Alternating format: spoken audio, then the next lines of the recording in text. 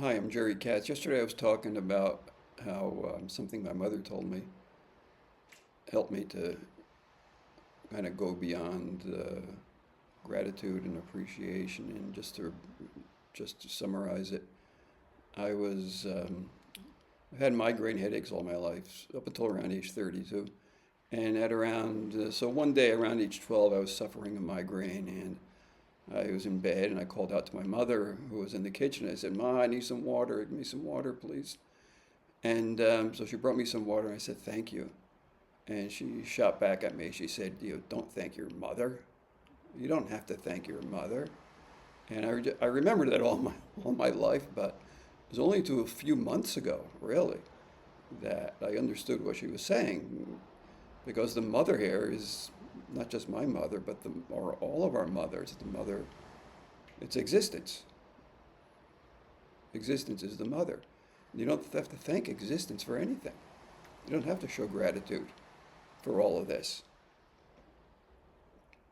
because that would just enforce a kind of separation from existence, and there is no such separation. So that speaks to non-duality. It doesn't mean you can't still have a non-duality practice. I do want to clarify that. I think a non-duality practice is still good. Um, you might find in light of realizing that you don't have to show gratitude to the mother or to existence, maybe your gratitude practice will change. Maybe it'll stop. Maybe it'll change. But I'm not calling for an end to any gratitude practice. And I'm certainly not calling an end for saying thank you and please and you're welcome and sorry and all those in our social lives. All those are still necessary. So I appreciate and I'm grateful for everyone who's watching this and who comments and everything. But at the same time, I'm just making a point that you don't thank the mother on the level of existence. That was my whole point. And I also mentioned that I had migraines and that they continued on to age 32, and then they suddenly ended. And I said I would do a video talking about what happened when they ended.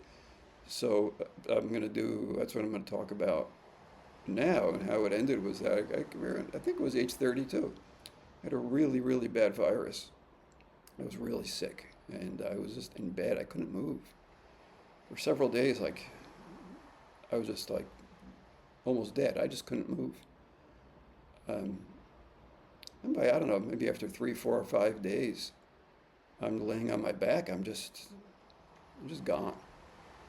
And I look up at the wall in my room, and on the right side of the room appeared a dragon. Quite honestly, just like a red dragon. And it floated.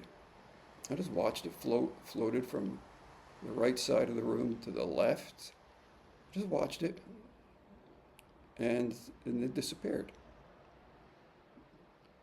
A few seconds later, this profound weakness I had immediately changed.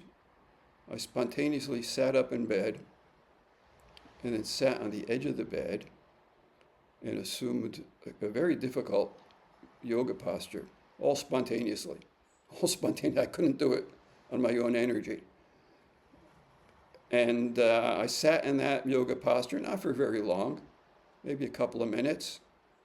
And I got up, and I was fine. My wife was in the living room.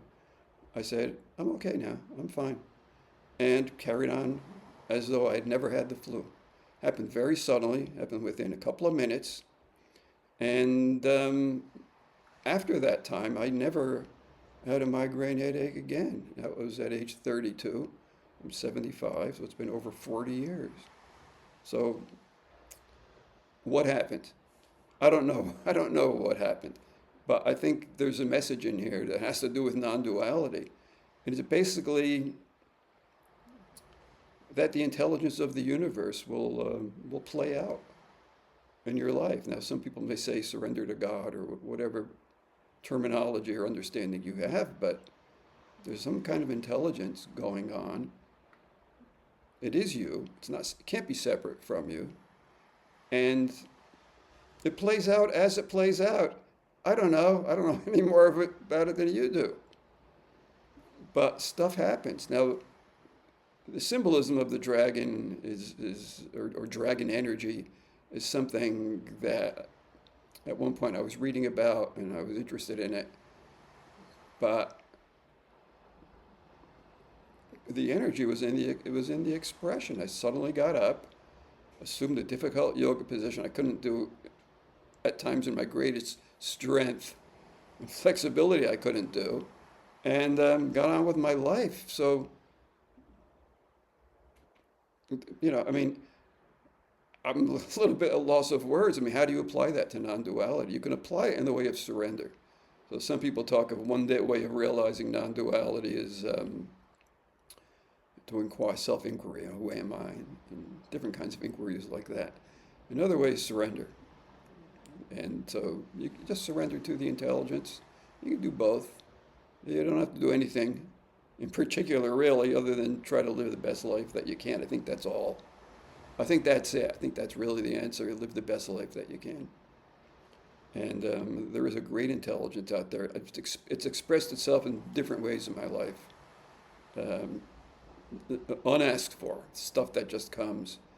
So it's really what I want to say today. It's a way of approaching a non-dual life. If you're going to pursue non-duality, surrender to the intelligence, and try to remember when it's happened in your life. If you're not sure there is such an intelligence, remember when it's happened in your life. Just the fact that you were born is part of it.